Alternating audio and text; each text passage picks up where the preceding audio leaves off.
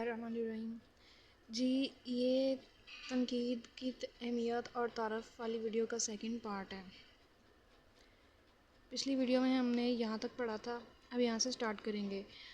ادب زندگی اور معاشرے کا ترجمان ہوتا ہے، جبکہ تنقید کا منصب ادب کی تشریح اور ترجمانی کرنا ہے، اور بعض صورتوں میں تو تنقید بذات خود تخلیق کی حیثیت اختیار کر لیتی ہے۔ حامد اللہ افسر میرٹھی لکھتے ہیں، تنقید ان لوگوں کے لیے ناگزیر ہے جو ادب کا وسیع اور وسیع مطالعہ کرنا چاہتے ہیں۔ اس کے علاوہ تنقیدی ادب بجائے خود کسی طرح تخلیقی ادب سے کم دلچسپ نہیں ہے۔ تخلیق ادب کی بنیاد تمام تر ان اشیاء پر ہے جو طبع انسانی کے لیے دلچسپی کا باعث ہوتی ہیں۔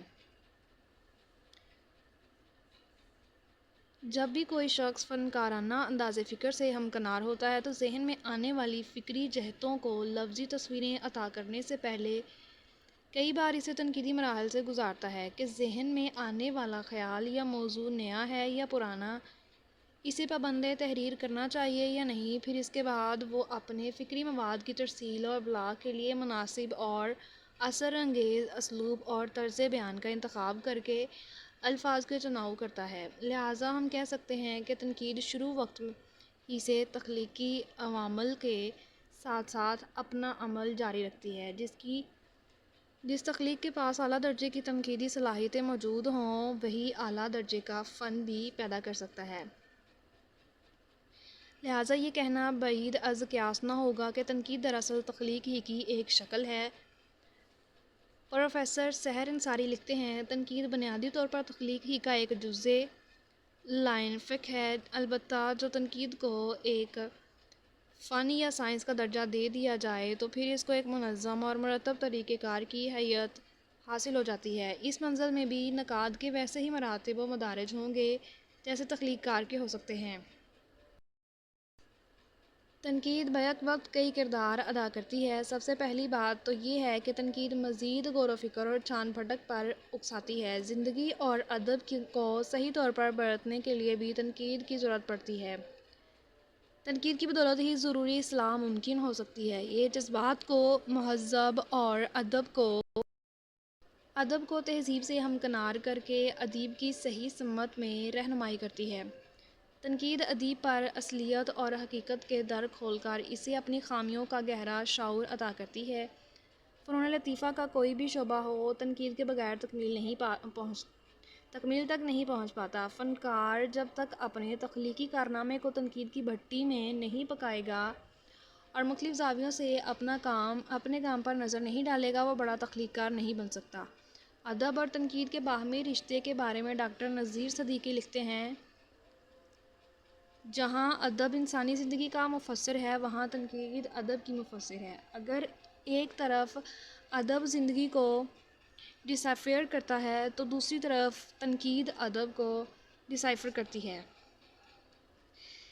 ٹی ایس ایلیٹ نے اپنے ایک مضمون میں کہا تھا کہ تنقید سانس لینے ہی کی طرح ناگزیر ہے۔ بطور پروفیسر احتشام حسین، یہ قول اصلاً ٹی ایس ایلیٹ کا نہیں بلکہ 17ویں صدی کے ایک انگریز شاعر اور نقاد ڈرائیڈن کا ہے، جس نے اسے یوں کہا تھا، سانس لینا تنقید کرنا ہے۔ انسان ہر وقت کسی نہ کسی شکل میں اظہار رائے کرتا رہتا ہے۔ یہ زبانی تنقید اس تنقید کے مقابلے میں نہ جانے کتنی ہوگی جو لکھی جا سکی، لیکن وہی زندہ اور اہم ہے جو لکھ لی گئی ہے۔ ادب کی تخلیق کے ساتھ ساتھ تنقید بھی اپنا وجود منواتی چلی جاتی ہے۔ فنی تخلیقات کو خوب سے خوب بنانے اور نکھارنے کے لیے ادبی تنقید کی ضرورت ہر وقت محسوس کی جاتی ہے۔ تنقید ادیب کو گہرا فنی شعور عطا کر کے اسے بڑا فن تخلیق کرنے پر آمادہ کرتی ہے۔ تنقید ادب کی تشریح، تجزیہ اور قدر و قیمت کا اندازہ لگانے کے لیے وہ پیمانہ فراہم کرتی ہے جو کہ عدل و انصاف پر مبنی ہے۔ تنقید ہی فن پارے کے محاسن و معائب کو صحیح طور پر بیان کر سکتی ہے۔ تنقیدی صلاحیتیں ہر شخص کسی نہ کسی حد تک موجود ہوتی ہیں، ضرورت صرف اس امر کی ہے کہ وہ کہاں تک ان صلاحیتوں کو استعمال میں لاتا ہے اور یہ استعمال کس سمت میں اور کس انداز میں ہوتا ہے۔ وہ تنقید جو کسی بغض و عناد یا ذاتی تعصب پر مشتمل ہوتی ہے، وہ تنقید نہیں کہلاتی، بلکہ تنقید تو ایک ایسے عمل کا نام ہے جس میں خلوص اور خلوص اور عدل کا موجود ہونا بہت ضروری ہے، اور اسی خلوص اور عدل کی بدولت تنقید نگار فنی تخلیقات کا مفہوم سمجھنے کے لیے ان تمام مراحل سے گزرتا ہے جن سے کہ فنکار گزر کر اپنی تخلیق تک پہنچا ہوتا ہے۔ عبارت بریلوی لکھتے ہیں، بہرحال تنقید کے لیے یہ ضروری ہے کہ وہ فنی تخلیقات میں سموئے ہوئے مفاہیم و مطالب کو بے نقاب کرے، ان کو تفصیل کے ساتھ سمجھائے اور اس پر مختلف زاویوں سے روشنی ڈال کر یہ بتائے کہ اس تخلیق کی اہمیت کیا ہے۔ اگر ہم اچھی تخلیق چاہتے ہیں تو اس کے لیے ضروری ہے کہ تنقید بھی اچھی اور بے لاگ ہو۔ پروفیسر آل احمد سرور لکھتے ہیں، اچھی تخلیق ایک تنقیدی شعور کے بغیر مقدس آتش خانوں کی آنچ اور مہ میں شمشیر کی تیزی پیدا نہیں کر سکتی۔ آل احمد سرور وہ نقاد ہیں جن کا تعلق اشتراکی نقطہ نظر سے ہونے کے باوجود ان کی تحریروں میں دیگر مارکسی اور ادیبوں کی نسبت ادبیت زیادہ ہے۔ ان کے نزدیک تنقید انصاف کرنے، ادنا و اعلیٰ اور پست و بلند کے معیار قائم کرنے میں ممد ثابت ہوتی ہے۔ آل احمد سرور تنقید کیا ہے کے عنوان سے لکھتے ہیں، تنقید وضاحت ہے، تجزیہ ہے، تنقید قدریں متعین کرتی ہے، ادب اور زندگی کو ایک پیمانہ دیتی ہے، تنقید ہر دور کی ابدیت اور ابدیت کی عصریت کی طرف اشارہ کرتی ہے۔ تنقید دراصل سوچ کو ابھارتی ہے، کسی مشاہدے یا مطالعے کے بعد تاثرات یا جذبات و احساسات اور کیفیات کی ترجمانی کا فریضہ انجام دیتی ہے، کسی چیز کے بارے میں رائے دیتی ہے کہ وہ کیا ہے یا اسے کیسا ہونا چاہیے، اس کا معیار کیا ہے۔ بقول آل احمد سرور، دراصل تنقید کا کام عام شعور کو بیدار کرنا ہوتا ہے۔ تنقید نے ادب کو ادبی امکانات کی نئی دنیاؤں سے روشناس کرانے میں اہم کردار ادا کیا ہے۔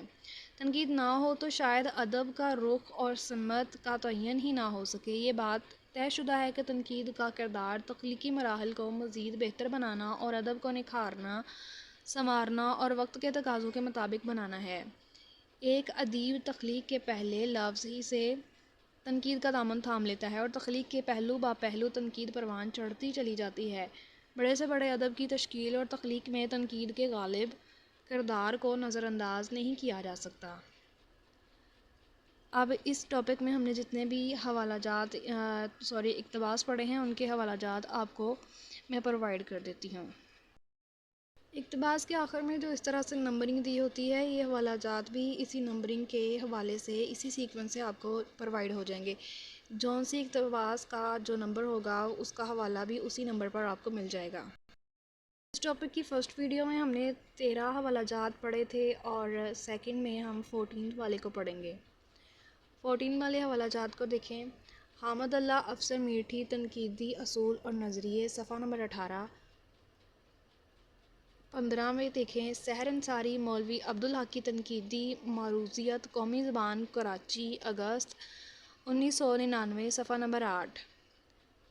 16 نمبر کا دیکھیں، نذیر صدیقی، ایک اہم تنقیدی کتاب، مشمولہ ماہنامہ، قومی زبان، کراچی، اکتوبر 1999۔ 17 نمبر کا دیکھیے، بحوالہ تنقید سانس لینے کی طرح ناگزیر ہے، پروفیسر احتشام حسین، مشمولہ افکار، کراچی، منتخب مضامین، نمبر اپریل مئی 1995، صفحہ نمبر 99۔ 18 نمبر دیکھیں، عبارت بریلوی، ڈاکٹر، اردو تنقید کا ارتقاء، کراچی، انجمن ترقی اردو پاکستان، صفحہ نمبر 39۔ 19 میں دیکھیں، آل احمد سرور، پروفیسر، میرا ادبی نظریہ، مشمولہ ماہنامہ، سبرس، حیدرآباد، انڈیا، فروری 2002، صفحہ نمبر 5۔ 20 نمبر دیکھیں، احتشام حسین سید، مرتب، تنقیدی نظریات، لکھنؤ، ادارہ فروغ اردو، لکھنؤ، 1962، 12 سوم، صفحہ نمبر 249۔ 21 میں دیکھیں، آل احمد سرور، تنقید کیا ہے، ماہنامہ، سخنور، کراچی، اپریل مئی 2002، صفحہ نمبر 10۔ 22 میں دیکھیں، آل احمد سرور، ادب اور نظریہ، لکھنؤ، 1954، صفحہ نمبر 7۔